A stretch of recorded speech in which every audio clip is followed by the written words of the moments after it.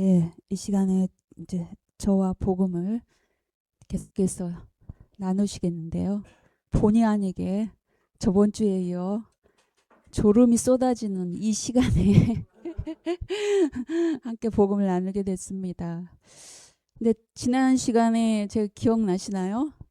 여러분 주무셔도 괜찮습니다 라고 하셨죠. 제가 아담을 잠재우시고 반려자 하와를 하나님이 또 창조하시고 또 아브라함을 재우시고 그에게 언약하신 그 뜻을 하나님께 직접 이루시겠다고 한, 우리가 잠든 사이에 하나님의 역사가 일어난다고 말씀을 드렸어요. 근데 이 시간에는 제가 여러분 주무셔도 되겠습니다라는 말을 드릴 수가 없는 게, 좀 깨어 있으시면 좋겠습니다라는 말 하고 싶습니다. 왜냐하면 죄를 지어서 감옥에 있던 사형수가 오늘 사형받는 날인데, 이 시간 가서 이제 죽음을 코앞에 두고 있는데, 그런 사형수가 졸거나 자고 있진 않잖아요. 그죠? 네. 십자가 사건은 예수님께서 십자가에 홀로 못 박혀 죽으신 것 뿐이 아니라 그와 함께 저희들도 못 박혀 죽었습니다. 목사님 이거 마이크를 이거 써도 되겠어요? 지금 마이크가 이게 낫습니까? 아, 그래요? 제가 쓰기에는 저 마이크가 좋은 것 같은데, 여러분 듣기에 편한 마이크는 좀 똑같은 거예요? 네. 제가 제정신이 아닌 것 같습니다. 예. 우리가 예수님과 함께 십자가에 못 박혀 죽었습니다. 죽었지만 사도 바울 우리가 날마다 죽노라, 날마다 그리스도와 함께 부활한다, 이런 말을 했어요. 그래서 오늘 십자가 복음을 듣는 이 시간, 우리가 주님과 함께 못 박히는 이 놀라운 하나님의 사건이 나의 사건이 되기를 바랍니다. 물론 성령께서 선포하는 자, 또 듣는 자 깨닫게 하시고 우리 안에 생명을 또 풍성케 하시는 모든 일은 성령께서 하시기 때문에, 우리가 주님의 보혈로 새 영과 새 마음으로 성경에서 선포하고 있는 복음을 함께 집중해서 들을 수 있었으면 좋겠습니다. 예수 그리스도는 하나님의 역사적 계시자다, 이런 말을 합니다. 신학자들은 예수 그리스도를 통해서 하나님이 계시된다라는 것이에요. 특별히 십자가 복음은 계시의 절정이다, 이런 표현을 합니다. 그리고 기독교의 심장이다, 이런 놀라운 발언들을 해요. 왜냐하면 우리가 진리가 창세 전과 종말이 있습니다. 그런데 창세 전과 창세 전에 아들과 아버지와의 관계, 삼위일체의 영광, 이런 것도 물론 성경에 기록되어 있고 또 그리스도를 통해서 계시되어 있지만 매우 희미하게 있어요. 그리고 종말에 대한 우리에게 약속된 마지막 미래, 이 부분도 굉장히 희미합니다. 기록된 성경에서는 분명히 주어져 있지만, 그런데 이 계시의 절정이라고는 이 십자가에서 하나님이 보내신 자기 아들 그리스도를 통해서 하시고자 하신 일이 분명히 나타났고 또 성취되었기 때문에 십자가는 계시의 절정이라고 하는 거예요. 하나님의 뜻이 밝히 드러났어요. 그 빛이 창세전을 비추고 종말을 비출 때 우리 안에 어떤 의구심과 또 이 종말에 대한 막연한 생각들이 싹 이 계시를 통해서 밝히 드러나서 이 창세전의 진리에 대한 하나님의 영생의 약속이 우리의 신앙의 기반이 되고, 그리고 종말에 대한 완전한 신뢰가 있게 되는 것이에요. 그렇기 때문에 십자가 복음은 굉장히 우리에게 중요한 진리입니다. 날마다 우리가 성령을 통해서 또 생명의 말씀을 통해서 경험하고 실제돼야 되는 사건이죠. 그렇기 때문에 그런 계시의 절정이다, 이런 표현을 해요. 십자가와 부활을 통해서 예수님이 이 하나님 나라로 들어가는 문을 여셨고, 특별히 전 시간에 이어서 이렇게 십자가 복음을 계속 듣는데, 예수 그리스도께 십자가에 죽으시고 또 장사되시고 부활하시고, 그리고 500의 형제와 또 게바에게 나타낸 이 사건, 네 가지 사건이 메시아적 행위로서의 복음인데, 십자가의 죽음과 부활과 그리고 장사됨과 부활에 연합되면 우리가 생명을 얻고 구원을 얻고 하나님 나라로 들어간다, 이렇게 말하고 있어요. 그래서 십자가 복음은 예수님이 십자가에서 들리셔서 못 박힌 사건을 말하는데, 십자가 복음만 해도 그 안에 세 가지 은혜가 있어요. 효력이 있어요. 그러니까 복음을 우리가 애매하게 알면 효력이 그만큼 정확하게 나타나지 않아요. 그러니까 복음을 정확하게 구체적으로 바르게 하는 것은 굉장히 우리 신앙생활에 중요한 유익이 있는 것이죠. 그래서 십자가 복음에 나타난 첫 번째 효력의 첫 시간에 얘기를 했죠, 목사님이.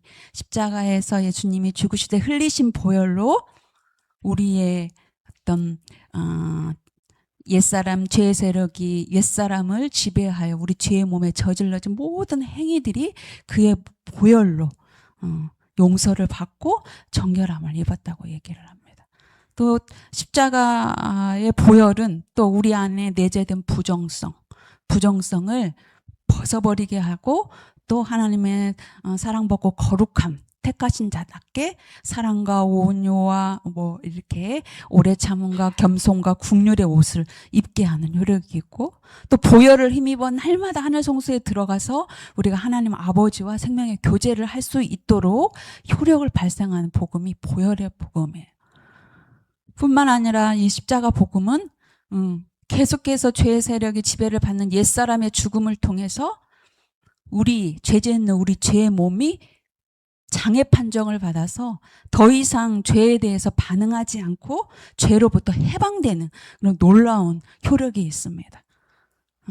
그래서 우리는 더 이상 옛사람으로 살지 않고 죄의 세력의 그 주인처럼 굽신거 노예가 되어서 살지 않으며 하나님께로만 산자로 사는 그런 길이 열린 게 십자가 복음이에요. 뿐만 아니라 계속해서 옛사람 본성 안에 있는 자기의 의지, 자기 주장 의지로 선한 일을 행해서 계속해서 자기를 드러내고 또 하나님처럼 되고자 하는 자기 육신 입자가 못 박혀 죽은 거예요. 그래서 나로 살지 않고 내 안에 계신 그리스도로 사는, 그게 바로 십자가 복음입니다. 그래서 우리가 이 복음이 이제 우리의 죽은 피는 주님의 영원히 살아있는 피, 그 보배로운 피를 우리가 수혈받은 자예요. 우리가 또 오염, 죄책감과 정죄의식에 오염되면 우리에게 수혈된 주님의 보혈로 우리가 정결함을 입고 용서함을 받을 수 있어요. 그리고 더 이상 옛사람의 죽음으로 우리는 이 옛사람이 아니라 새 사람으로 살아가는 것이죠. 그렇다면 신학자들이 말하는 십자가가 기독교의 심장이다, 그러면 우리 안에 그리스도 주님의 심장이 있지 않겠습니까? 십자가 복음을 우리가 나눌 때에 우리 안에 있는 주님의 그 뜨거운 보혈이 계속해서 샘물처럼 흐르고 우리에게 이제 새 사람으로, 아들의 생명으로 갈아 끼워진 이 심장이 펄떡펄떡 뛰는 그런 은혜가 이 시간에 있기를 바랍니다. 아멘. 예, 전 시간에 이제 보혈의 능력, 보혈의 효력에 대해서 나눴어요. 그런데 십자가에서 예수 그리스도께 죽으신 그 사건이 우리에게 엄청난 기쁨의 소식인 것은 단순히 우리 이 죄로 인하여서 저질러진 죄의 세력의 지배를 받음으로 인해서 죄의 몸에 저질러 이런 행위적인 죄의 문제만 이렇게 처리하는 게 아니라는 거죠. 우리가 전 시간에 얘기 나눴는데 죄의 유통 과정을 우리가 봤어요. 죄, 이건 단수로서 죄입니다. 그냥 보통 헬라어로 하마르티아라고 그냥 그때 당시에는 그렇게 썼어요. 하마르티아가 우리의 옛사람을 지배해서 우리의 죄의 몸에 많은 죄들을 파라파 투마 파라파시스 범법 범죄들을 계속 양산해 낸다고 했죠. 이게 죄의 세력은 보이지 않아요. 우리 옛사람을 지배해서 우리 죄의 몸에 저질러짐으로 인하여서 우리가 계속해서 죄를 짓는 사람이라고 우리가 자각을 하는 것이죠. 근데 십자가 보혈은 단순한 죄사함 내지는 정결함을 주는 죄 씻음에 한정되지 않습니다. 그보다 더 크고 위대한 능력이 십자가에 있습니다. 그것은 바로 죄를 그치는 능력이에요. 죄를 그칠 수 있는 분은 과연 누구실까요? 죄의 세력은 영적인 세력이고 힘이에요. 의인화돼서 우리에게 끊임없이 공격하고 죄를 짓게 만드는 우리 태어난 인간보다 훨씬 더 권세가 있는 막강한 파워를 갖고 있는 이 권세를 어떻게 이거를 처리하고 또 계속해서 죄를 짓는 그 죄를 그치게 하는 능력이 누구에게 있겠습니까? 하나님께만 있는 거죠. 그래서 로마서는 이 복음은 예수 그리스도를 통해서 나타난 하나님의 능력이다 이렇게 말하고 있어요. 하나님의 능력. 그래서 우리 저질러진 이 죄들을 보면은 심각하잖아요. 악한 생각에서 나오는 죄들, 육체의 일에서 나오는 죄들, 또 말세 고통을 주는 그런 죄들, 또 세상 사람들을 쫓아서 짓는 모든 죄들, 막 죄들이 막 126가지로 목사님 얘기하셨는데 초대 기독교, 초대교회 전통에서 보면 죄가 어떤 것도 죄인지 아세요, 여러분? 탐식이라고 들어봤어요? 식탐? 이것도 죄예요. 다 죽어요. 그 당시에 그런 죄를 지면. 어쨌든 그런 죄들을 이런 마음과 행위로 저질러진 죄들은 다 주님의 보혈로 용서함을 받고 정결함을 받습니다. 그런데 옛사람이 살아있고 죄의 세력이 활동하고 있어요. 그러면 계속해서 죄를 짓는 우리 몸이 죄를 짓는 것은 계속 반복됩니다.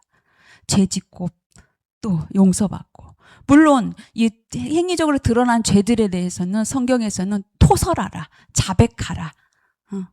하나님께 나아가서 토설하면 하나님이 용서해 주시고 우리를 또 깨끗게 해 주시는.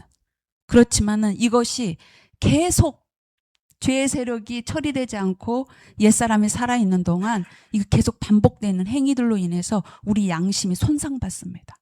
그리고 습관처럼 되면 이제 내적 붕괴가 오고 신앙생활이 이게 한계인가? 이렇게밖에 될 수 없는가?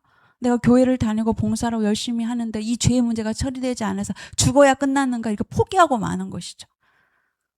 그런데 이 십자가의 능력은 이 죄의 세력과 이 옛사람 그리고 죄의 몸을 동시에 처리해요. 예수 그리스도의 죽음을 통해서. 그 죄를 그치는 능력이 여기에 있는데 로마서 6장 6절에서 7절 말씀 전 시간에 나눴지만 우리는 알고 있습니다. 이미 로마 교회 성도들은 생명을 얻은 사람들이에요. 복음을 알고 있어요. 여러분 여러분 그걸 알고 있지 않습니까? 뭘요? 우리의 옛사람이 예수 그리스도 함께 십자가에 못 박혀 죄의 몸이 멸하고 우리가 더 이상 죄에게 종노릇 하려 하지 아니하려 합니다. 그리고 죽은 자는 죄에게서 벗어나 의롭다함을 입었습니다. 라고 딱 선포하는 거예요. 우리가 예수 그리스도와 함께 십자가에 우리 옛사람 십자가 못 박혀 죽었을 때에 우리 죄의 몸이 멸하여 죄의 몸이 죽어라고 해서 죄의 몸 더 이상 죄를 짓지 않는 또 다른 상태의 몸으로 변환이 왔다라는 거. 그리고 이 죄를 짓게 만드는 가장 강력한 죄의 세력을 무력화시킵니다. 그러니까 6장 6절에서 7절 말씀을 새번역 성경으로 보면은 우리의 옛사람이 예수 그리스도와 함께 십자가에 매달려 죽은 것은 우리 죄의 몸이 멸하여 우리가 더 이상 죄의 노예가 되지 않다는 것을 알려주려 함입니다. 죽은 자는 더 이상 이제 죄의 노예가 되지 않고 죄로부터 free, 해방되었습니다. 이렇게 봐요. 단순한 죄들을 지은 죄사함 그리고 용서가 아니라 죄로부터 해방을 선언해요. 죄로부터 자유를 선언해요. 그것은 옛사람의 죽음으로 그리고 이 죄를 짓는 죄의 몸이 옛사람이 죽었기 때문에 더 이상 죄를 짓는 그런 기능 정지를 받거든요. 그래서 우리가 옛사람의 죽음과 죄로부터 자유, 그리고 죄의 세력이 완전 멸했다라는 이 캐리그머와 같은 이런 선포는 성경 곳곳에서 정확하게 우리에게 말해주고 있는데, 골로새서 2장 15절에 보면 권세자들과 통치자들을 무력화해요. 여기서 말하는 권세자들과 통치자들은 인간 통치자를 말하는 것이 아니에요. 복음을 말하고 차원에서 보이지 않는 죄의 세력, 권세자들과 통치자들을 무력화하여 그들을 구경거리로 삼아서 십자가로 이기셨습니다. 십자가의 승리를 이렇게 선포해요. 이걸 조금 더 구체적으로 성경을 번역하면 이 통치자들과 권세자들을 사로잡아서, 포로로 사로잡아서 승리의 개선 행진에 이들을 포로로, 죄수로 이렇게 끌려가게 합니다. 그래서 모든 사람들이 보는 구경거리가 되게 하심으로써 예수 그리스도께서 승리를 선포하셨습니다. 그런 뜻이에요. 무력화가 되었다라는 것은 죄의 세력이 완전히 볼모로 잡아서 포로가 되어서 개선 행진에 힘없는 포로로 끌려가는 그런 상황을 말해요. 그래서 이렇게 골로새서 2장 15절은 죄의 세력의 무력함으로 인하여서 예수 그리스도가 그 죽음의 세력을 이기셨다는 놀라운 선포로서의 복음이 여기서 증거되고 있습니다. 히브리서 2장 14절 15절에 보면 우리 자녀들은 혈과 육을 지녔습니다. 그리스도도 이와 같이, 우리와 같이 혈과 육으로 함께 지으심을 받은 것은 혈과 육으로 오시지 않았습니까? 근데 그의 죽음을 통하여 죽음의 세력을 잡은 자, 곧 마귀를 멸하시기 위함입니다. 딱 얘기해요. 그래서 한평생 죄에게 종노릇하던 자들을 해방하였습니다. 이렇게 얘기해요. 혈과 육을 가진 우리 인간은 죄의 세력에 종노릇하며 벌벌 떨면서 이렇게 살았는데, 예수 그리스도께서 우리의 육신의 모습으로 오셔서 그의 죽음을 통해서, 그가 못 박힘을 통해서 죽음의 세력을 잡은 이 마귀의 세력, 죄의 세력을 완전히 멸하시고 그리고 우리를 해방시켰습니다. 라고 얘기를 합니다. 목사님께서도 전 시간에 얘기했는데 요한일서 3장 8장 9절에 보면 거짓말하는 자마다 마귀에게 속한 자다. 하나님의 아들이 나타나신 것은, 하나님의 아들이 그리스도로 오셨지 않습니까? 나타나신 것은 마귀의 세력을 멸하려 하십니다. 목적이 뚜렷해요. 그런데 9절을 보면 하나님께로 난 자마다 죄를 짓지 않는다. 왜냐하면 그의 안에 하나님의 씨가 있기 때문이다. 하나님의 씨가 뭐예요? 생명이 있기 때문에 더 이상 우리가 죄를 짓지 않는다. 죄를 그친다라는 표현이 여기 나와 있어요. 범죄하지 않는다. 왜냐하면 우리가 하나님께로 났기 때문에 이런 선포들이 있어요. 이게 십자가의 옛사람의 죽음을 통해서 성경에서 강력하게 선포하고 있는 예수 그리스도의 승리와 그리고 우리가 죄로부터 자유로움을 받았다는 거. 그리고 이제 몸을 가지고 더 이상 죄에게 반응하지 않고 죄에게 종노릇하지 않고 하나님께로만 사는 의의 도구가 됐다라는 것을 이렇게 설명하고 있는 것이죠. 다시 한번 6장 6절에 보면 이 죄, 우리의 옛사람이 그리스도와 함께 못 박혔다. 그리고 죄의 몸이 멸하여, 죽어 또는 멸하여 이런 표현을 써 있고, 그리고 죄의 세력이 무력화됐습니다. 이렇게 하고요. 죄의 세력이 무력화됐다라는 것은 힘을 잃었다, 파워리스를 뜻해요. 군인인데 총이 없다, disarmed. 군인인데 총이 없으면 우리가 두려워할 이유가 없는 거잖아요. 그렇죠? 여자의 후손이 와서 너는 그의 발꿈치를 상하게 할 것이나 그는 너의 머리를 박살낼 것이다 한 사건이 여기 일어났어요. 창세기 3장 15절. 그러니까는 힘이 없어요. 한 90 넘은 노인과도 같은 그런 상태가 됐다라는 거예요. 총이 없는 군인과도 같은 상태. 이게 죄의 세력의 무력화가 된 거예요. 그리고 이 죄의 몸이 죽었다라는 표현을 쓰고 있는데, 죽었다라는 거, 죄의 몸이 그냥 없어져 버렸다, 그런 뜻이 아니고, 보통 죽었다라는 표현은 그리스어 헬라어로 스네스코라는 표현을 쓰는데, 여기서는 카타르게오라는 표현을 써요. 카타르게오. 쓸모없게 되었다. 더 이상 기능을 발휘할 수 없다. 기능 정지가 되었다. 이 죄를 짓는 이 몸, 이 지체들이 불구가 되었다. disable. 장애 판정 받았다라고 얘기를 하고 있어요. 그래서 우리가 예수 그리스도와 함께 십자가에 못 박혀 옛사람 십자가에 못 박혀 죽었다는 우리의 믿음의 선언은 죄의 몸이 장애 판정되었다라는 우리의 신앙 고백과 일치하는 거예요. 우리 옛사람이 십자가에 못 박혀 죽었다라는 실제적인 효력은 우리 몸을 통해서 드러나요.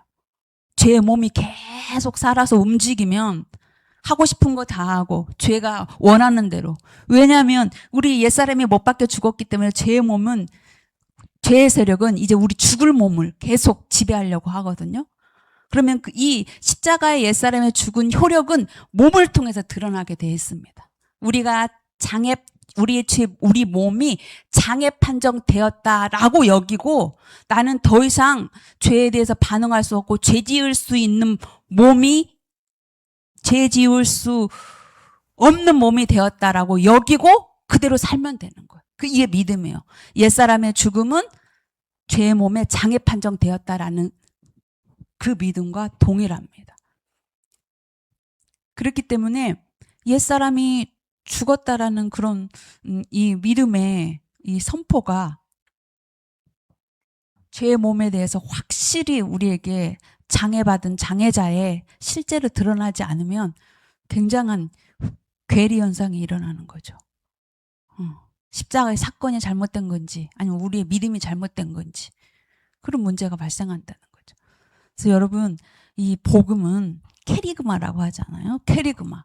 캐리그마는 선포라는 뜻입니다.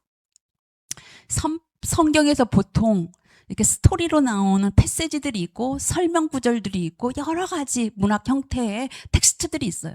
근데 이 선포를 듣는 사람의 어떤 자세, 상태, 그리고 어떤 이 사람들이 이 선포를 받아들일 수 있는 그 사람들의 믿음의 분량, 이런 것을 고려하지 않아요. 타협하지 않아요. 니고시에이션 하지 않아요. 그냥 딱 선포하고 복종을 요구하는 것이 선포예요. 이 명령에 복종하면 살고 복종하지 않으면 죽는다라는, 사느냐 죽느냐의 문제로 딱 하나님이 명령하시는 것이 캐리그마예요. 십자가의 이 옛사람의 죽음이 캐리그마라는 뜻입니다. 그래서 반드시 집행되어야 할 왕의 명령이라는 케로스에서라는 그 어원에서 따오는 이 캐리그마인데, 이게 바로 반드시 집행되어야 할 왕의 명령. 무슨 명령? 죽음의 명령이에요. 죽음의 명령. 옛사람이 십자가에 못 박혀 죽었어. 그래서 너희 몸은 장애 판정 받았어. 이것을 받아들일 때 이 캐리그마가 우리 안에 효력을 발생해요. 그런데 실은 이 캐리그마는 하나님의 아들 예수 그리스도가 직접 받았죠. 겟세마네에서 하나님이 그 아들에게 죽음의 명령을 선포했을 때 그가 죽음의 잔을 받아들인 걸 우리 다 기억합니다. 그의 의지를 내려놔요. 아들이지만 완전히 하나님의 종으로서 자기 의지를 굴복시키고 죽음의 잔을 받아들이는 것입니다. 심지어 세상 왕들이 어떤 정치적인 문제가 연루되어 있을 때 사형을 집행할 때에 그 사형을 집행된 그 사형을 거부할 수 있는 자는 아무도 없습니다. 사극에서 보면 왕이 그 사약을 내보내면 왕이 있는 그 한양 땅을 향하여 성은이 만극하옵니다 하면서 그걸 잔을 막 거부할 수 없는 왕의 명령이에요. 근데 세상 왕이 집행하는 왕의 선포는 죽음으로 끝나요. 죽음이 목적이에요. 그런데 만왕의 왕, 만물 위에 계신 하나님의 왕의 죽음의 선포는 우리를 살리시기 위한 죽음을 받아들이라는 명령이에요. 그렇기 때문에 이게 복음이라는 것입니다. 예수님은 그걸 아셨죠. 그렇게 죽음의 잔을 받아들이신 거예요. 그렇다면 예수님께서 우리를 대신해서 십자가에서 죽으실 때 죽음의 잔을 받으셨습니다. 그 우리의 모든 죄들이 용서를 받았죠. 우리도 이제 그리스도와 함께 옛사람이 죽는 왕의 명령, 죽음의 잔을 우리가 받아들였다면 우리 옛사람이 죽고 우리의 죄의 몸이 장애 판정됐다라는 것을 받아들이고 그대로 살면 돼요. 장애인으로, 할 수 없는 자로, 죄 지을 수 없는 자로 살면 되는 거예요. 이 선포 앞에 우리가 무슨 의지를 발휘하고 결심을 요구하지 않아요. 아, 왕의 명령이 선포됐어. 아, 오늘부터 내가 죄를 짓지 않겠다. 죄를 짓지 않을 의지와 굳건한 결심, 기도로 해서 결단을 합니다. 선한 의지는 우리가 갖고 있을 수 있으나 선을 행할 능력은 우리에게 없습니다. 그냥 받아들이는 왕의 명령 앞에서 받아들이고 그대로 사는 것이 믿음을 얘기하고 있어요. 그래서 이 죄의 몸이 장애 판정되었다라는 것은 정말 우리에게 실제적으로 우리가 몸으로 살아가는 신앙생활을 하는 데 있어서 죄에 대해서 장애 판정되지 않으면 우리 스스로가 신앙인이라는 것을 증명할 길이 없어요. 길이 없어요. 그러면 어떻게 받아들이고 어떻게 그렇게 살아야 되는지 성경이 얘기하고 있어요. 6장 11절이 얘기하고 있습니다. 죽은 자는 죄에 대해서 죽은 자요 오직 하나님께로만 산 자로 여길지어다 라고 말해요. 여긴다, 여길지어다 라는 그 헬라어의 로기조마이라는 말인데요. 이 로기조마이는 이것이 사실이다, 이것이 진리이다 이런 뜻이에요. 우리가 옛사람이 십자가에 못 박혀 죽었는데 우리가 이 죄의 몸을 장애 판정 받은 몸으로 여기지 않으면 스스로 속이는 자가 된다라는 것이에요. 그러니까 옛사람이 십자가에 못 박혀 죽었다는 강력한 그 십자가 복음을 아는 사람들이 하고 싶은 거 다 하고 가고 싶은 데 다 가고 세상 사람들이 누리는 모든 것들을 다 누린다? 그러면 십자가 복음이 잘못됐든지 그 사람의 믿음이 거짓됐다든지 둘 중에 하나인 거죠. 십자가의 진리가 거짓일 일은 없잖아요. 그러니까 여긴다라는 말은 굉장한 우리에게 어떠한 성령을 통한 책임이 요구되는 말입니다.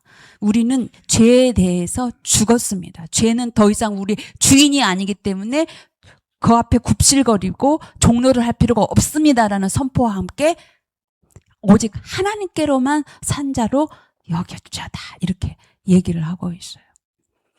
그래서 죄의 몸이 장애가 되었다, 불구가 되었다라는 것은 육체가 훼손되는 걸 뜻하잖아요. 근데 뭔가 이 신체가 이렇게 다른 사람에 비해서 이렇게 장애가 돼 있는 사람은 생활이 통제를 받게 돼 있어요. 자유로운 사람처럼 건강한 사람들처럼 살지 못하잖아요. 그렇다면은 또 한편 이런 생각을 할 수 있죠. 그러면 우리가 이 죄 때문에 우리가 죽을 것 같은데 죄를 해결하기 위해서 우리가 이 몸을 통제할 수 있을까? 육체를? 종교 생활에서 그거 다 하잖아요. 금욕을 하고 고행을 하는 거. 그런 걸 통해서 몸을 이제 셀프 컨트롤 하려고 하는 것입니다. 심지어 몸을 훼손한 사람들도 있어요. 누구를 위해서? 다른 신앙생활하고 죄 짓지 않으려고 하나님을 살기 위해서 뭔가를 결단하고 하고 이런 대단한 그거를 합니다. 그렇다고 해서 이 죄가 그치나 이 말이에요. 루터가 이것 때문에 수도원 생활에서 계속해서 어떤 고행과 이런 율법의 어떤 행위를 통해서 금욕을 통해서 선을 이루려고 하는 게 수도원 생활에 완전히 자포자기가 되었을 때 그가 아니야, 행위로 말미암 어떠한 육체적인 어떤 행실이 아니라 하나님의 믿음으로 나타난 하나님의 의라는 걸 발견하고 그때부터가 종교개혁을 시작하는 것이에요. 수도원 생활을 보면 이런 것들이 점점 고행과 금식 이런 걸 수행을 하면 할수록 인간이 더 고통스러워한다는 것을 그때 발견한 것이에요. 인간은 아무리 육체를 자기가 컨트롤하고 행위로 그리고 심지어 이게 물리적인 절단을 통해서 죄를 해결해 보려 그칠 수가 없어요. 오직 육체가 고난받아서 죄를 그치신 단 한 분이 계세요. 그게 베드로전서 4장 1절에서 4절에 나오는 거죠. 베드로전서 4장 오직 그리스도만이 그의 육체의 고난을 통해서 죄를 그치신 유일한 분이세요. 그리스도께서 이미 육체의 고난을 받으셨습니다. 여기서 말하는 육체의 고난은 예수 그리스도의 십자가의 죽음을 뜻해요. 그러므로 우리도 그와 같이 같은 갑옷을 입으라. 그 육체의 고난을 받은 자는 죄를 그쳤습니다. 여기서 말하는 육체의 고난을 받은 자는 원론적으로는 그리스도를 말하고 그리스도와 연합된 자를 죄를 그친다. 그래서 이제는 우리가 죄의 정욕을 따르지 않고 이 육체의 남은 때를 하나님의 뜻을 위해서 살게 하며 합니다. 이렇게 말해요. 어떤 죄가 그쳤다는 얘기예요. 이 육체의 고난을 받음으로 쭉 목록을 얘기해요. 음란과 사욕과 술 취함과 방탕과 향락과 무법함, 우상숭배와 이런 것들에서 반응하지 않는 육체의 고난을 받았다라는 거예요. 지나간 때로 족하다. 이방인, 그리스도를 믿지 않는 이방인 때 구속받지 못했던 사람들의 생활 방식이 다 그런 거잖아요. 음란과 악행과 이런 것, 술 취함과 이런 것들 지나간 때로 족하다. 끝났다. 더 이상 이제 그 죄가 이렇게 쓰나미처럼 몰려오는 것을 우리가 그대로 그냥 받지 말고 그거에 대해서 할 수 없는 자로 우리 몸을 육체가 고난받으신 그리스도의 몸에 연합될 때 우리가 죄가 그치고 주위 사람들이 우리의 믿음에 대해서 이상히 여기며 호기심을 갖는다 이렇게 나오고 있어요. 그러니까 십자가에 못 박혀 죽은 자들은 이 몸으로 드러나는 효력이 없어서 교회를 와도 하고 싶은 말 다 세상 가운데 이야기, 분별력이 없고 다 얘기하면 사람들이 기독교에 대해서, 신앙에 대해서, 심지어 우리가 믿는 믿음의 대상인 그리스도와 하나님에 대해서 무슨 거룩한 호기심을 갖겠냐라는 거예요. 이제 몸을 통해서 다 우리가 나타나는데 우리가 생명이 있음에도 불구하고. 그래서 육체의 고난을 통해서 죄를 그치신 유일하신 분은 그리스도예요. 우리 스스로가 육체를 어떻게 만들 필요가 없어요. 결심을 하거나 결단할 필요가 없이 그 육체의 고난받은 자에게 연합되면 믿으면 우리가 더 이상 죄에 대해 반응하지 않는 이 거룩한 장애의 몸으로 하나님을 기쁘시게 하는 남은 육체 안에서 그 삶을 살 수 있다라고 얘기를 하고 있습니다. 죄에 대해서 반응하지 않는 것은 굉장히 중요한 진리인데 보이지 않는 죄의 세력이 어떠한 형태로든 우리를 위협하고 그리고 또 유혹하면서 굉장히 친근감 있는 이런 관계 속에서 역사하기 때문에 쉽지는 않죠. 그리고 복음 전할 때 죄의 세력이 활발하게 역사합니다. 근데 반응하지 않는 사람들이 있어요. 굉장히. 스테반이 사도행전 7장에 보면 스테반이 전한 복음인데 스테반이 전한 복음을 항상 주목해서 묵상하면서 읽을 때마다 너무나 찬란해서 눈물이 날 정도예요. 스테반의 그 복음은 아브라함, 그의 조상 아브라함 때부터 시작해요. 하나님이 아브라함을 부르셔서 약속하시고 자손과 가나안을 주시고 이것을 이루시기 위해 또 선지자들을 세우시는 요셉을 통해서 이배굽을 하고 모세를 통해서 출애굽하고 이런 내용들을 쫙 일목요연하게 막 얘기를 해요. 그러면서 스테반이 이 가나안 땅으로 들어가기 직전에 40년의 광야 생활을 우리는 거기서 심판받고 막 다 죽어가고 1세대 다 죽고 이런 내용을 기억하잖아요. 물론 출애굽기에 그런 내용들을 언급하고 있지만 근데 스테반은 거기가 광야 교회라고 말해요. 광야 교회라는 말을 한 사람은 스테반이 가장 최초예요. 광야 교회에서 하나님의 심판과 공의와 국률과 그분의 사랑과 신실하심을 다 경험한 그런 광야 교회. 그것들을 통해서 우리가 가나안에 들어갔는데, 이 가나안에 들어서 바세라와 바알에게 삼킴당한 그런 죄의 역사들을 얘기해요. 그런데 중요한 건 하나님께서 그 의인들, 선지자들을 통해서 한 의인이 오실 것을 계속해서 증거했는데, 선지자들마다 다 죽인 사람들이 다 너희 조상이 아니냐 이렇게 그러면서 그 유대인들에게 막 얘기해요.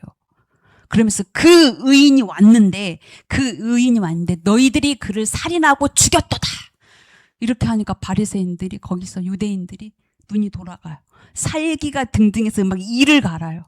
그때 스테반이 거기에 반응하지 않고 하늘이 열린 것을 봐요.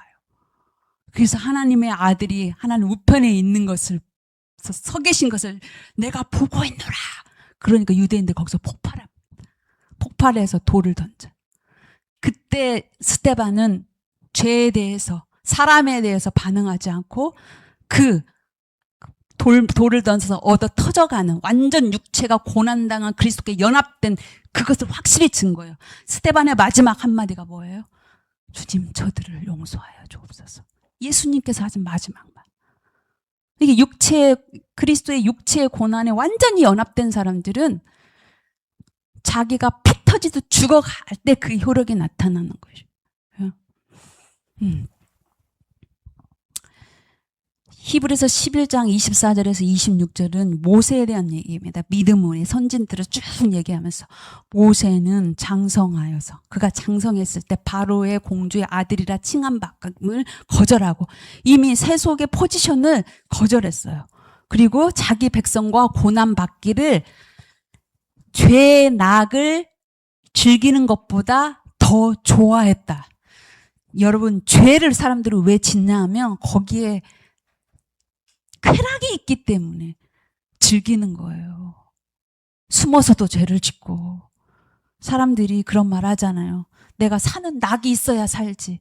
사람들은 기쁨이 있고 즐거움이 없으면 죽는 거예요. 먹을 양식이 없어 죽는 게 아니라. 결론적으로는 아들과 아버지가 누리시던 영생의 기쁨이 우리 안에 있을 때 우리는 사는 것이고, 생명이 있는 사람들은, 세상 사람들도 그 즐거움 찾기 위해서 이리저리 방황하며 돌아다니는 건데, 중요한 건 죄를 지을 때 쾌락이 있어. 도파민이 올라와. 죄의 낙을 누리는 것을 즐겨하지 않았다. 오히려 자기 백성이 고난받는 것을 더 좋아했다. 그러면서 그리스도가 받았던 그 수모를, 왕궁에 있는 그 모든 그런 보화보다 더 큰 재물로 여겼다. 여기서 그리스도가 받은 수모가 뭐예요?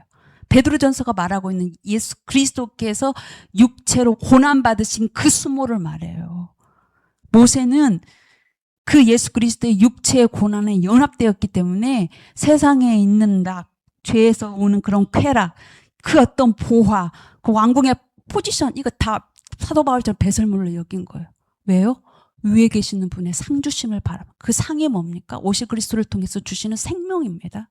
하나님의 아들됨, 적극적으로 말하면. 이렇게 육체의 고난을 받은 그리스도와 구약에서도 이렇게 연합된 사람들이 있고, 신약에서도 그렇게, 당연히 우리에게 그래서 캐리그마로 선포하면서 육체의 고난받은 그리스도와 연합될 때만이 죄가 그치고 너희가 하나님께, 하나님을 기쁘시게 하는 사람으로 살 수가 있다. 이런 얘기를 하는 것이에요.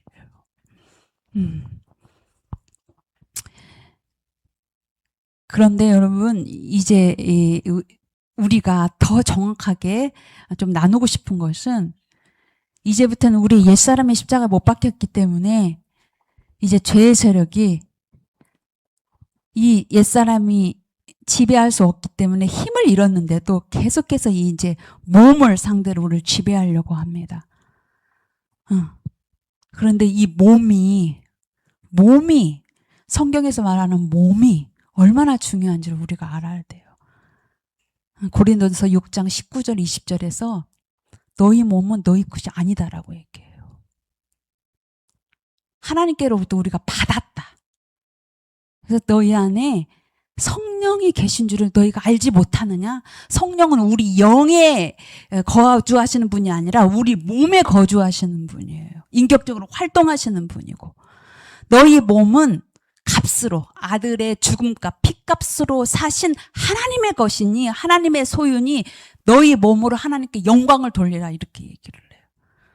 우리가 세상 가운데 살아가지만 세상을 겸하고 또 하나님을 섬기고 그렇게 이중적으로 살 수가 없어요. 세상을 또 만족하면서 또 하나님을 또 기쁘시게 하는 그런 삶을 살 수가 없어요. 그래서 시편의 기자들을 보면 허탄한 것을 내 눈이 보지 않게 하기 위해서 내가 아침마다 주의 길로 그냥 도망치듯 달려갑니다, 이런 표현을. 시편 38편 기자는 13절 14절에 보면 내가 귀가 있지만 듣지 아니합니다, 이런 표현을 해. 듣지 못합니다가, 듣지 못하는 천천적으로 귀머거리야. 근데 이 사람은 귀가 있어. 들을 수 있어. 근데 듣지 아니합니다 말을 해. 내가 눈이 있지만 보지 아니합니다. 내가 마치 듣지 못하는 자처럼 말할 수 없으니 내 안에 반박할 말이 없습니다, 이렇게 얘기해요. 어떤 관계 안에서도 죄에 대해서는 우리가 벙어리입니다. 기머거리입니다. 말 못하는 자입니다. 그렇게 시인들도 이렇게 아웃브러스팅을 하면서 자기가 정말 죄에 대해서 반응하지 않는 몸으로, 하나님께 정말 구별된 몸으로 살기를 피 터지게 싸우면서 이렇게 발버둥을 쳤다는 게 스트러글링하는, 투혼하는 그런 신앙이죠. 그래서 이 죄 세력이 이제 죄의 몸을 계속해서 지배하려고 해요. 그러니까 우리가 반응할 수 없는 장애 판정되었다라는 죄의 몸을 각성하는 것은 매일매일 우리가 눈 떠서 일어나야 때 할 일이에요. 이것을 알고, 그리고 아까 로기조마에 죽은 자로 여기고 하나님께만 반응하는 몸으로 우리가 여기고 그렇게 드리면서 사는 것이죠. 근데 성경은 이제 몸을 6장 6절에서는 죄의 몸이라고 얘기하고, 아까 6장 11절에서는 너의 죽을 몸을, 6장 11절, 6장 한번 가보실까요? 6장 12절, 13절인데, 이제 우리가 어떻게 하나님 앞에서 살아야 되는지 얘기를 하고 있는데, 이것은 같이 여러분과 제가 좀 같이 좀 읽었으면 좋겠습니다. 이것도 하나의 선포인데요. 네. 읽겠습니다. 그러므로 너희는 죄의 세력, 죄가 너희 죽을 몸을 지배하지 못하게 하여 몸의 사욕에 순종하지 말고, 또한 너희 지체를 불의의 무기로 죄에게 내주지 말고, 오직 너희 자신을 죽은 자 가운데서 다시 살아난 자 같이 하나님께 드리며 너희 지체를 의의 무기로 하나님께 드리라. 여기를 주목해서 아주 자세하게 살펴볼 것이, 여기서는 이 죄의 몸이 또 죽을 몸으로 변환됐어요. 이 죄의 몸은 그 옛사람이 펄펄 살아있을 때 옛사람을 지배해서 우리 몸이 계속해서 죄를 양산하는 할 때 쓰는 용어로서 죄의 몸이에요. 죄의 노예로서 죄의 몸. 근데 여기서는 죽을 몸이라고 얘기합니다. 죽을 몸은 우리가 지상에서 살아가고 있는 지금 현재적인 몸이에요. 그런데 이 몸은 중립적이에요. 우리가 하나님께 드리면 하나님의 의의 병기가 되는 거고, 또 성령의 전이 되는 거지만, 이 죄의 몸을 우리가 불구로 받아들이지 않으면 우리 몸은 그냥 불의의 병기가 되어서 죄를 또 짓게 될 수밖에 없는 그런 몸으로서의 죽을 몸이에요. 이 몸은 장차 주님의 영광스러운 몸으로 변화될 몸이죠. 그렇기 때문에 너희가 죽었다가 다시 살은 그 몸으로 여기고, 또 얘기잖아. 그 몸으로 현재 여기고 하나님께 적극적으로 드리라. 여기서는 죄에게 너희 죽을 몸을 내주지 말고, 죄의 사욕에, 몸의 사욕을 방치하지 말고, 이렇게 명령을 해요. 우리 안에 생명이 있습니다. 생명은 권세예요. 죄의 세력보다 더 큰 권세예요. 죄를 무력화시킬 수 있고 죄를 지배할 수 있는 권세예요. 그렇기 때문에 이것은 우리가 하는 일이에요.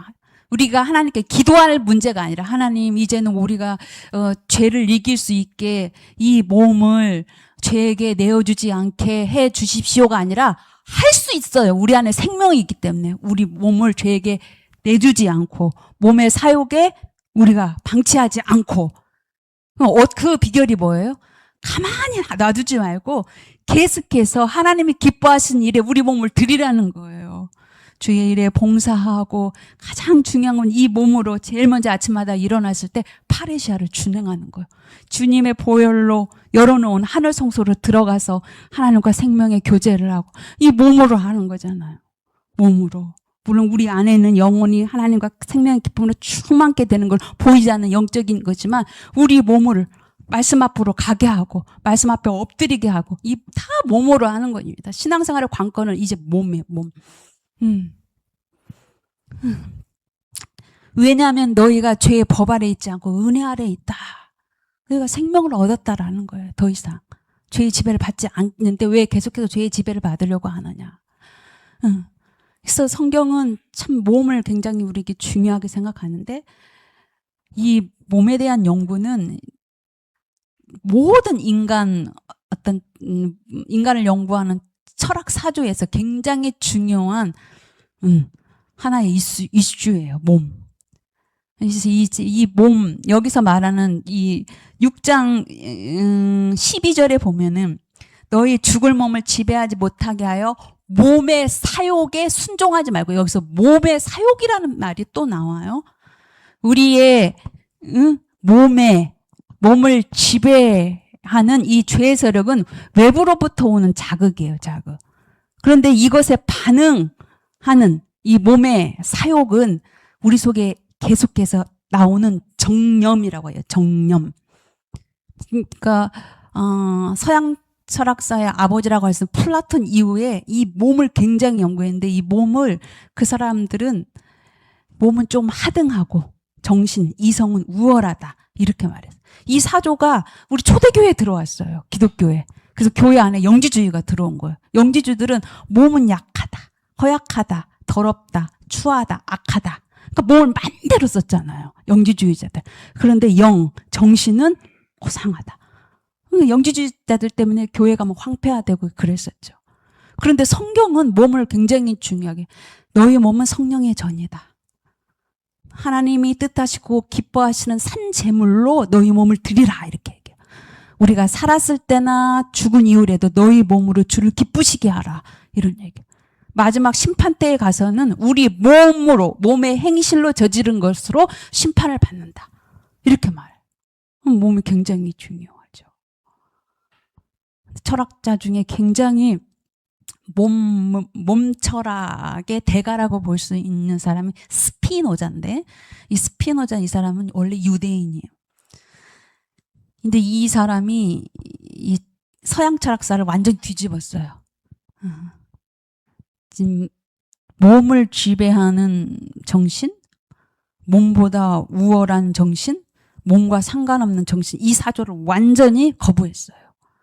그러니까 몸이 굉장히 중요하고 애들이 막 갓난아이들이 그냥 배가 고프면 그냥 울잖아요. 무슨 자유의 의지로 우는 게 아니라. 그러니까 이 몸이 우리가 외부의 자극으로 반응하는 이 몸을 굉장히 연구한 사람으로서 놀라운 얘기를 하는데 이 계속해서 그 죄의 세력이 외부의 자극으로부터 우리 몸속에 들어온 그 몸의 사욕이 정념인데 이 정념은 기쁨이나 슬픔이나 그 욕망 이런 형태로 나타나요. 그리고 우리 인간이 어떤 외부로 자극이 오면은 자기 보존 본능 능력이 자기 안에 있잖아요.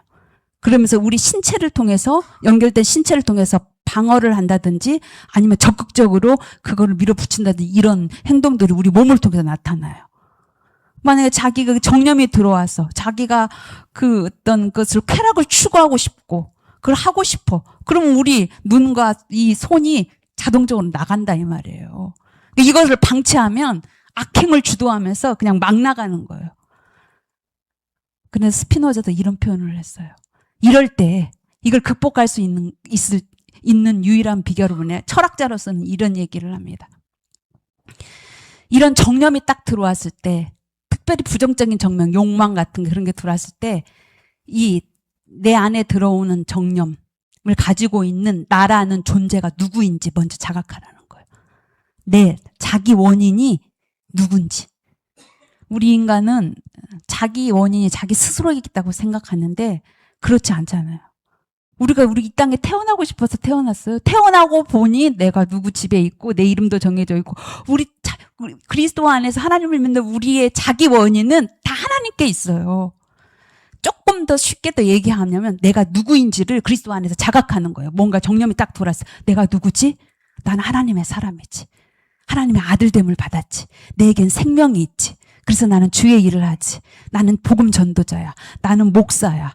그 영혼들을 돌보는 사람이야. 그런데 이 정념이 내가 들었는데 이 정념을 내가 내 몸으로 할 수 있을까? 이게 첫 번째 극복하는 비결이라는 거예요. 정념이 딱 들어왔을 때 내가 누구인지 이 원인이 물론 이 정념이 무엇으로부터 왔는가? 제 세력이 주는 정념인가? 하나님이 주시는 정념도 있어요.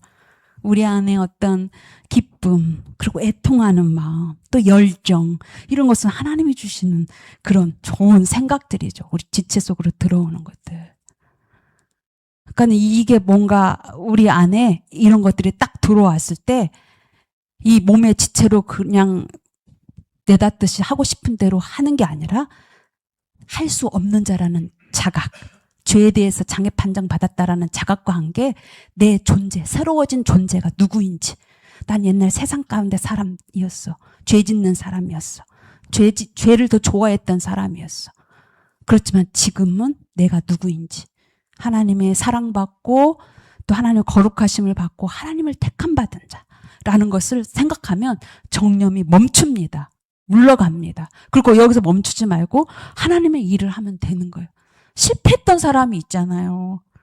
그냥 별 볼 일 없는 사람이 실패했으면 그럴 수밖에 없겠지. 그 사람은 신앙도 없고 중심도 없고 힘도 없으니까. 다윗이 그랬잖아요. 다윗은 누구입니까? 다윗은 신실한 하나님의 사람이었어요. 이스라엘 언약 백성의 대표였고 왕이었던 사람이었어요. 밧세바 사건 알잖아요. 근데 그게 어느 날 그냥 해가 저물 때 그때서야 일어나가지고 옥상에 올라가요. 죄 짓기 딱 좋은 날. 그때가 언제? 전시 중이었어요. 정신 나간 거지. 죄예요. 정념이 딱 들어옵니다. 뭘로? 보는 것으로. 한 여자가 옥상에서 목욕을 하고 있네. 멈추지 않아요. 거기서. 자기 원인이 내게 있지 않다라는 것을 자각했어야 됐는데 내가 다윗이고 이스라엘의 왕이고 언약궤를 예루살렘으로 짊어지고 온 자고 하나님 앞에 춤추던 자고 하나님의 품속에서 그 즐거워했던 자고 이런 게 딱 들어와서 멈춰야 되는데 무방비 상태. 데려와요. 그리고 그의 남편 우리아를 죽여요. 요르단에 가서 그 랍바성 우리아가 죽었던 그곳에 가봤거든. 거기서 싸우다가 우리아가 죽었다고 하더라고요. 참 감회가 새롭더라고. 그렇게 사람이 죽인 장본인이 다윗이었다라는 거. 그렇게 죄를 그렇게 하는 것입니다. 어떻게 그렇게 가능할 수 있었어요? 만약에 정말 가난한 사람, 아주 별 볼 일 없는 사람이 이런 밧세바 아름다운 여자를 봤어. 근데 그 사람 힘도 없고 백도 없어 가난해. 그러면 그 밧세바를 어떻게 할 수 있겠어요? 이 다윗에게는 자유의 재량이 있었어요. 자유의 재량. 힘과 권력과 왕이라는 절대 포지션이 있었어요. 그렇기 때문에 정념이 들어왔을 때 자기 원인을 하나님께 딱 그것을 두지 않고 이것을 쓸 때 완전히 무너져 버리는 것이. 그러니까 나단 선지자가 와가지고 다윗을 어떻게 책망합니까? 당신이 하나님의 말씀을 업신여겼으므로 하나님 존재, 하나님 존귀하신 하나님을 업신여겼다. 하나님의 말씀을 범하는 것은 하나님의 현존의 영광을 범한 것이고 하나님의 존재를 업신여긴 거예요. 놀라운 죄. 너무나 엄청난 죄예요. 사무엘하 12장에서 나단 선지자가 와서 여호와의 원수들에게 비방거리를 제공한 자가 당신입니다. 그래서 다윗이 시편 51편에서 완전히 무너지면서 상한 심령으로 내가 하나님께만 범죄했다. 그게 인간과 일어나는 어떤 이런 그런 문제가 아니라 결국은 하나님께 범죄, 하나님을 범한 죄라는 걸 알고 그렇게 얘기하는 것입니다. 그래서 우리 안에 이런 것들이 외부로부터 오는 자극이 올 때 그것을 분별을 하고 내가 누구인지, 나의 원인이, 자기 원인이 나에게 있지 않고 하나님께 있고, 그리고 내게는 자유재량이 없다라는 것을 분명히 알아야 돼. 나는 할 수 없어. 아무것도 할 수 없는 자. 베드로가 주님 가신 곳 어디든지 따라가겠습니다. 감옥에도 가고 주님 가는 지옥, 죽는 데까지 따라가겠습니다. 이렇게 난리치면서 베드로가 막 주님을 너무 사랑했고, 우리가 베드로처럼 주님을 그렇게 사랑하고 그렇게 했잖아요. 베드로의 의지, 결심은 진심이었습니다. 우리도 그거는 정말 부인할 수 없는 거죠. 인간의 의지, 결심은 성취될 수 없어요. 결코. 그냥 무로, 공허로 결국 예수님을 십자가에 못 박을 때 다 도망치잖아요. 그런 베드로에게 인간의 의지가 이렇게 허무하다는 거예요. 많은 사람들이 자기 의지로 이 문제를 해결해 보려고 계속 노력했어요. 생애로의 의지, 어떤 힘애로의 의지, 그 초월자로의 의지를 인간 본연의 의지로. 근데 그거는 존재하지 않습니다. 베드로에게 예수님이 찾아가요. 네가 젊었을 때는 네 맘대로 돌아다녔지만 늙어서는 남이 누구게 절대 타자인 주님이시겠죠. 남이 너를 띠를 띄워서 우리 의지대로 살 수 없어요. 이제 우리가 새 사람이 되었고 옛 사람이 못 박힌 자는 주님의 의지로, 내 의지가 아니라 주님의 의지로 사는 자가 되는 것입니다.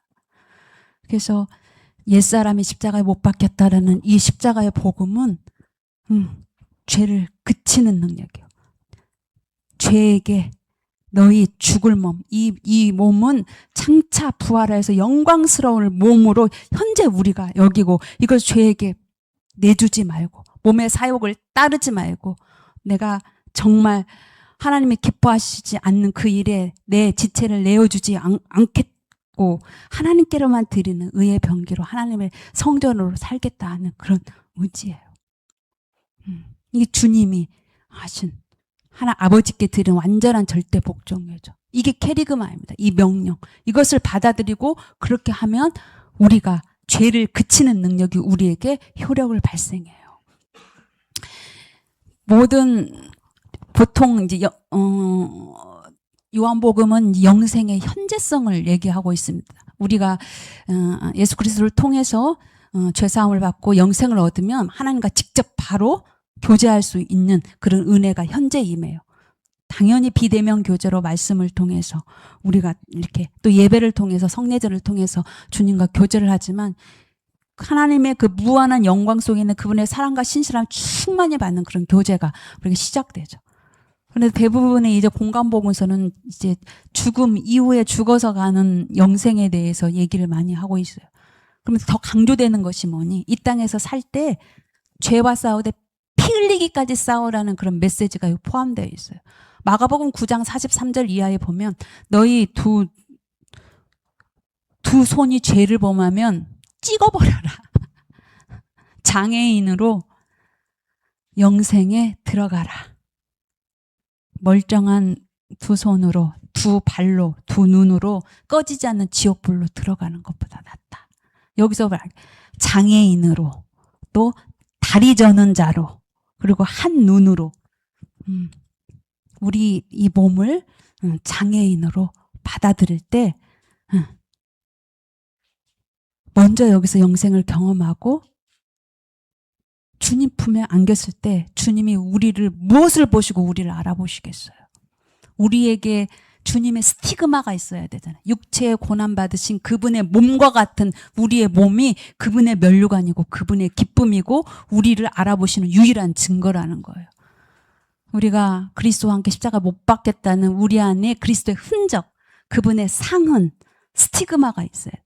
예수님이 십자가를 못 박혀 죽으실 때 단순히 못 박힌 자국만 있었던 게 아니라 그분의 몸은 완전 걸레처럼 너덜너덜 채찍에 그 피에 완전히 사람의 형태로 볼 수 없을 만큼 십자가 못 박혀 죽으셨다는 거예요.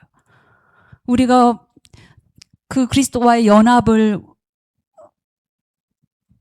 경험한 우리로서는 항상 우리의 몸이 주의 눈과 주의 팔과 주의 발에 연합되기를 원하면서 그런 찬송을 부르지만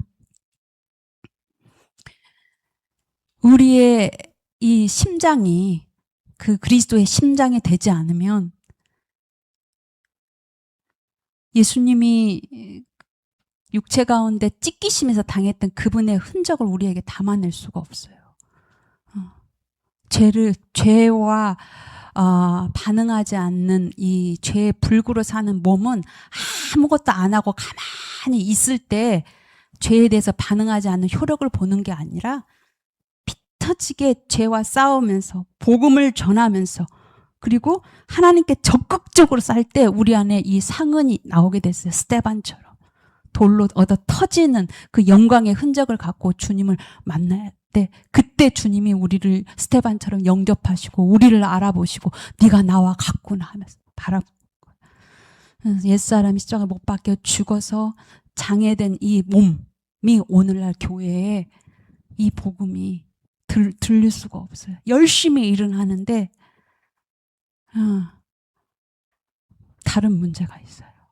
열심히 교회와 주님을 위해서 봉사하는데 효력이 나타나지 않는 이유가 있어요. 죄를 그치는 이 놀라운 이 복음이 효력을 나타나지 않는 이유가 뭐냐면 또 다른 예수 그리스도께서 그걸 처리한 거예요. 육신. 열심히 봉사하면서 자기를 드러내려고 하는 이 옛사람 안에 있는 육신, 자기 주장 의지가 못 바뀌지 않으면 정말 선행을 하고 열심히 해도 그 효력이 나타나지 않아요.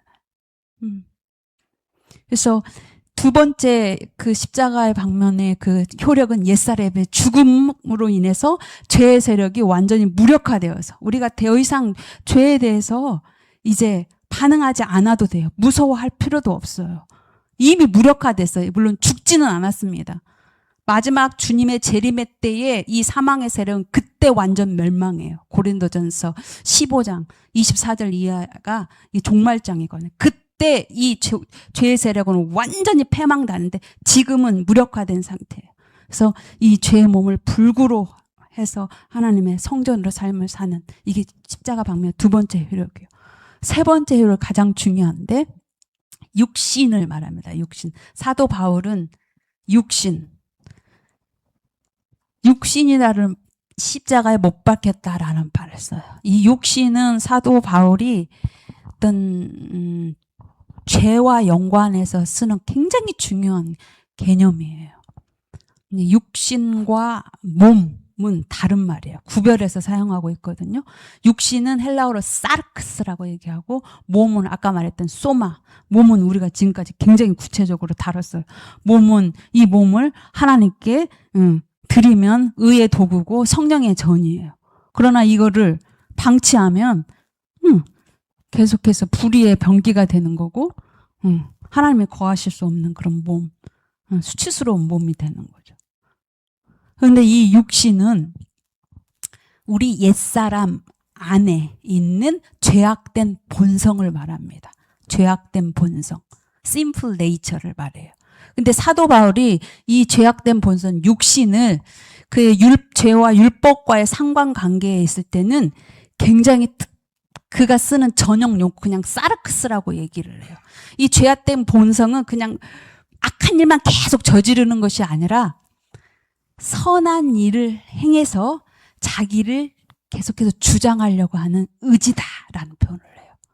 율법과의 관계 안에서 얘기를 합니다. 그래서 더 구체적으로 말하면 이 육신은 자기를 너무 신뢰해요. 자기가 선한 일을 할 수 있다라는 것을 오로지 자기가 완전히 자기를 신뢰해요. 할 수 있다고 믿어요. 그래서 자기가 자기 자신을 숭배할 정도로 그리고 절대 타자이신 하나님과 이웃에게 항상 자신을 주장하고 드러내고 계속 하려고 하는 굉장한 도덕적으로 나쁜 부정적인 개념. 이 육신 말하면 저 사람 육신적인 사람이야. 그런 사람은 뭔가 먹을 것을 탐내고 막 본능적인 사람 그런 뜻이 아니고 매우 사악한 인간 이런 뜻이에요. 왜냐하면 자기를 계속 주장하고 지배하고 심지어는 이 선한 일, 율법을 지켜서 하나님과 되려고 하는 자기 욕망을 불출하는 의지이기 때문에 사악한 인간, 본성이라고 얘기하는 거예요. 이것이 십자가에서 못 박혔다. 육신이 십자가에 못 박혔다. 이것을 처리하는 거예요. 이 죄가 이 육신에 속한 자기 주장 의지가 율법, 하나님의 계명 또는 지금 우리 안에 신앙생활에서 보면 선한 일, 교회에서 봉사하고 누구를 섬기고 이런 들 다 선한 일, 이런 게 다 율법 계명에 속해요. 선한 일을 행해서 자기를 주장하려고 하는 이 의지가 십자가에 못 박혔다. 이 죄의 세력이 자기 주장 의지로 선한 일을 하려 할 때 틈입해서 들어옵니다. 들어와서 우리 안에 뭘 줘요? 탐심을 심어줘요. 이 탐심이라는 말이 굉장히 뭔가 이렇게 좀 욕심이 있다 이런 뜻, 그런 심리적인 표현이 아니에요. 영적인 해석이 요구하는데 simple passion, 죄악된 열정인데 나쁜 열정이에요. 의도를 가지고 뭔가 열심히 내려고 하는 거. 어떤 의도? 선한 일을 해가지고 행위의 결과를 통해서 나를 주장하려고 하는 죄악됨. 그러니까 하나님이 이 죄의 세력이 틈타고 들어와서 우리에게 선한 일을 막 부추게 할 수 있어. 너는 할 수 있어. 해도 돼. 막 이렇게 얘기하는 거예요. 열정을 심어줘요. 기회를 타고 들어와가지고. 하게 한 다음에 사망과 환난과 공고에 집어쳐넣는 거예요. 그러니까는 사도 바울이 이 고민을 했어요. 이게 선한 일을 했어요, 우리가. 그러면 선한 열매가 나와야 되잖아요. 그래서 선한 열매가 나와야 되는데 음란과 악행과 시기와 분쟁과 뭐 다툼 이런 악한 일들 갈라디아 5장 19절 20절 이런 일이 나와 버리는 거예요. 그러니까 이 보이지 않는 죄의 세력이 활동하고 있다라는 거예요. 죄의 세력이 저 선한 일을 무조건 하게 하는데 결론적으로는 선하지 않는 아주 죄의 열매들을 양산해 놓고 존재적으로는 환난과 공고의 상태로 집어쳐넣어요. 선한 일을 했는데 주의 일을 했는데 열심히 봉사했는데 기쁘고 즐겁고 하나님께 영광 돌리는 이런 평안이 넘쳐야 되는데 답답하고 낙심되고 뭔지 모르게 일을 했는데 어떤 죄책감이 올라오고 정죄의식이 올라오고 찝찝하고 이게 사망의 상태, 존재적으로는 이런 상태, 그리고 결과적으로는 이런 열매를 맺고 이렇게 내버린다는 거예요. 마태복음 19장 16절에 보면 어떤 한 사람이 예수님께 와서 우리가 어떤 선한 일을 할 수 있습니까? 이렇게 물어봐요. 예수님이 정색하면서, 부자 청년이라고도 안 해, 정색하면서 네가 어찌하여 선한 일을 묻느냐. 선하신 이는 오직 하나님 한 분뿐이다. 이렇게 딱 얘기를 합니다. 인간은 행위로 존재가 결정된다고 해요. 선한 일을 하면 그 사람이 선한 사람이 된다고 하는 착각을 갖고 있어요. 근데 원래 인간에게는 선한 의지는 있지만 선한 일을 행할 능력이 없어요. 그리고 선한 일을 한다고 해서 선한 열매를 맺지 않아요. 존재가 행위와 열매를 내요. 선하신 존재가 선한 일을 해서 선한 열매를 맺는 것이에요. 선하지 않는 자가 선한 일을 해서 선한 열매를 맺는다는 것은 완전 착각이에요. 도리어 자기가 원하지 않는 결과물이 계속 나와버리고 자기 존재는 비참함을 추락했어요. 이런 일 때문에 이게 뭐지? 바울이 도무지. 그러니까 로마서 6장이 옛사람을 처리하는 것을 다뤘다면 7장에 가서는 이 육신의 문제, 엄청 열심히 일하는데 이런 결과가 나온 거에 대해서 사도 바울이 굉장한 묵직한 선포를 하고 있는 것입니다. 오병이어 사건 때 사람들이 막 몰려와서 예수님한테 요한복음 6장 28절 29절에 우리가 어떻게 하여 하나님의 일을 할 수 있습니까? 이렇게 말해요. 하나님의 일이라고 여기 나와 있는데 영어 표현을 보면 어떻게 우리가 하나님의 일들을 할 수 있겠습니까? 라고 물어봐요. 그러니까 예수님이 딱 얘기해요. 하나님의 일은 유일한 the work of God. 하나님의 일은 그가 보내신 자를 믿는 것이 하나님의 일이다. 이렇게 딱 말을 해요. 우리가 무슨 선한 일을 하려고 막 하잖아요. 이게 예수님의 말에 근거하면 선한 일이란 게 뭐냐면 하나님이 보내신 자, 그리스도, 너에게 생명을 주신 그리스도를 믿어. 그와 연합해. 그러면 그분이 선한 일을 하셔. 이렇게 되는 거예요. 육신으로는 결코 선한 일을 성취할 수가 없어. 로마서 8장에 딱 얘기를 하고 있습니다. 그러면서 사도 바울이 이걸 가지고 로마서 7장에서 고민을 하고 있습니다. 7장을 제가 줄줄줄 외워가면서 얘기할 필요가 없이 조금 살펴가면서 조금 나누고 말씀을 좀 진행할까 합니다. 로마서 7장 한번 보십시오. 7장에 보면 7장 4절이 육신에 대한 죽음의 완전한 선포예요. 7장 4절 한번 보십시오. 그러므로 내 형제들아 너희도 그리스도의 몸으로 말미암아 율법에 대하여는 죽임을 당했으니, 율법에 대한 우리의 육신이 십자가에 죽었다라는 것을 선포합니다. 그러면서 5절을 한번 볼까요? 5절에 우리가 육신에 있을 때는 율법으로 말미암는 죄의 정욕이 우리 지체 중에 역사하여 우리로 사망을 위하여 열매를 맺게 하였더니, 이렇게 말해요. 아까 제가 말씀드렸잖아요. 그냥 자기 선한 일을 하려고 하는 자기 주장 의지로 했더니 선한 열매가 나오지 않고 도리어 내가 원치 않는 사망의 열매를 냈다. 우리가 육신이 살아있을 때는 그랬었다라는 거예요. 그러니까는 이거 뭐지? 그 율법이 무슨 문제가 있는 건가? 이런 생각을 할 수 있잖아요. 그런데 7절에서 얘기하잖아. 율법이 죄냐? 그렇지 않다. 응? 그렇지 않다. 율법의 역할, 율법의 기능을 얘기합니다. 율법은 하나님의 명령, 말씀이죠. 하나님이 그 탐내지 말라 하지 않았다면 내가 탐심을 알지 못했다. 율법의 기능은 죄가 무엇인지 알게 하는 거예요. 창세기 3장에 죄가 타락한 천사가 죄의 세력이 어디 있었는지 몰랐어요. 근데 선악과를 선악을 알게 하는 나무를 먹지 말라. 동산의 각종 나무를 그 명령이 딱 오니까 죄의 세력이 등장해요. 계명이 딱 드러나니까 죄의 세력이 활동을 하기 시작합니다. 그러니까 계명을 통해서 죄를 알게 하고 그리고 죄의 활동을 알 수 있는 거예요. 근데 죄가 어떤 일을 하냐면 어떤 식으로 일을 하는지 8절에 한번 봐요.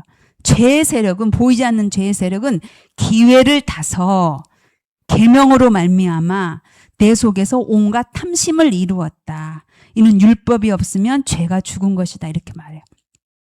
죄가 이제 선한 계명이 우리에게 주어지면 그 선한 일을 하려고 하는 우리에게 딱 기회를 포착해서 우리에게 들어와서 우리에게 탐심을 줘요.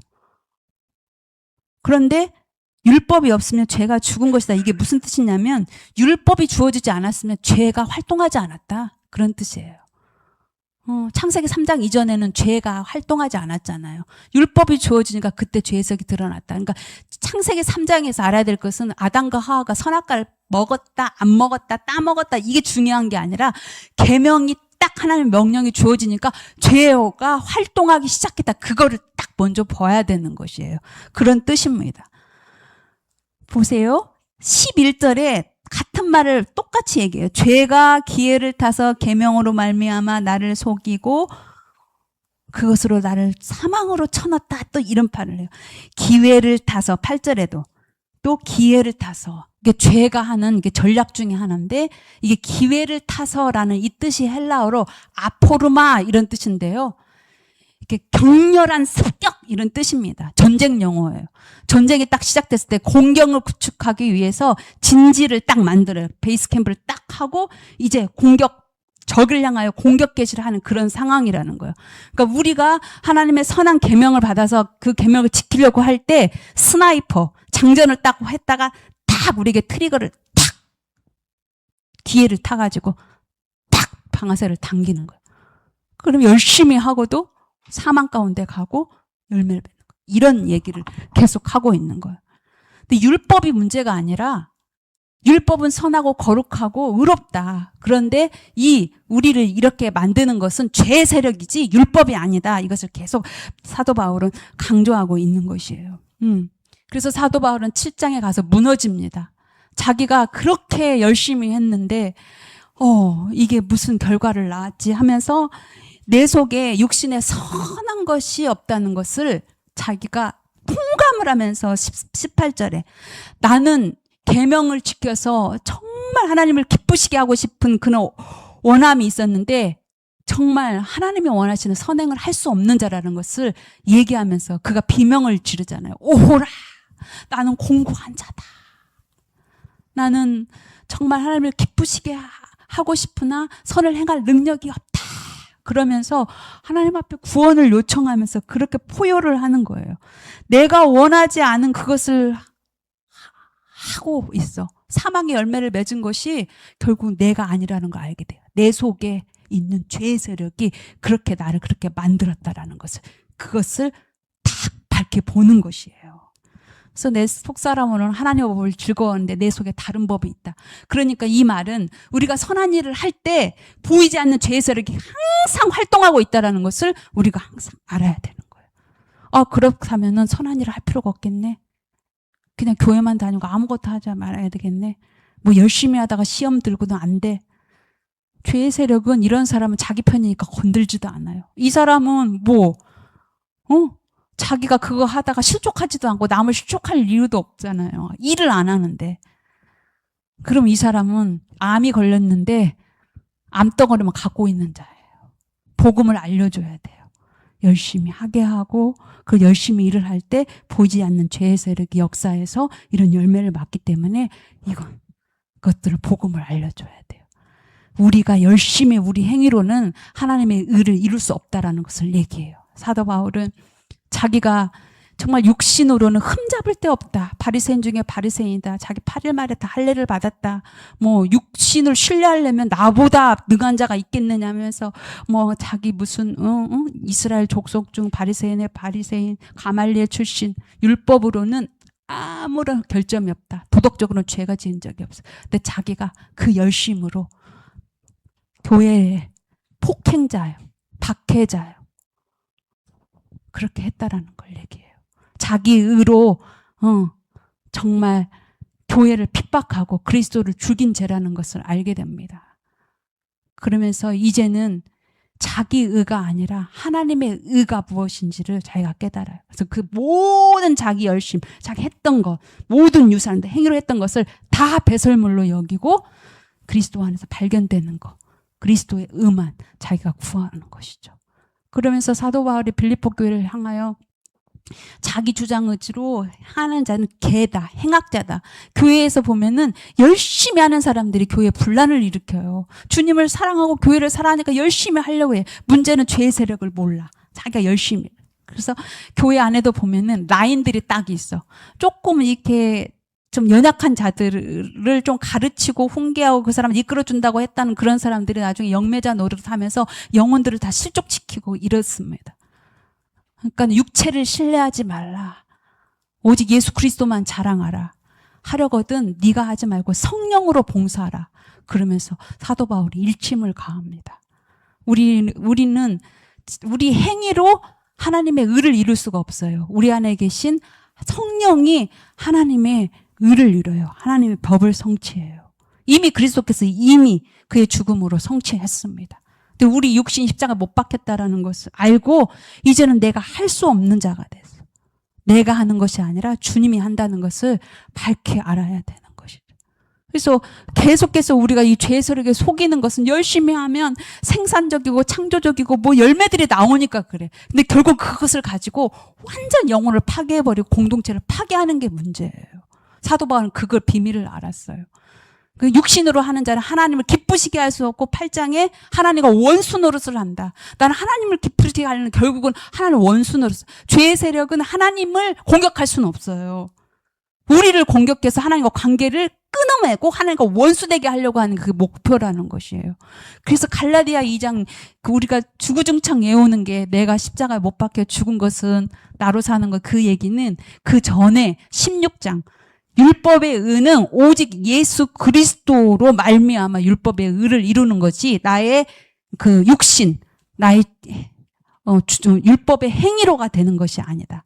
내가 육체가 십자가에 못 박혀 죽었다는 것은 율법을 통하여 자기를 주장하려고 하는 내 자기 주장 의지가 십자가에 못 박혔나니 그런즉 이제는 내가 산 것 아니요 내 안에 그리스도께서 사신 것이라. 이제 내가 육체 가운데 남은 때를 사는 것은 나를 사랑하사 자기 몸을 버리신 하나님의 아들의 믿음 안에서 사는 것이다.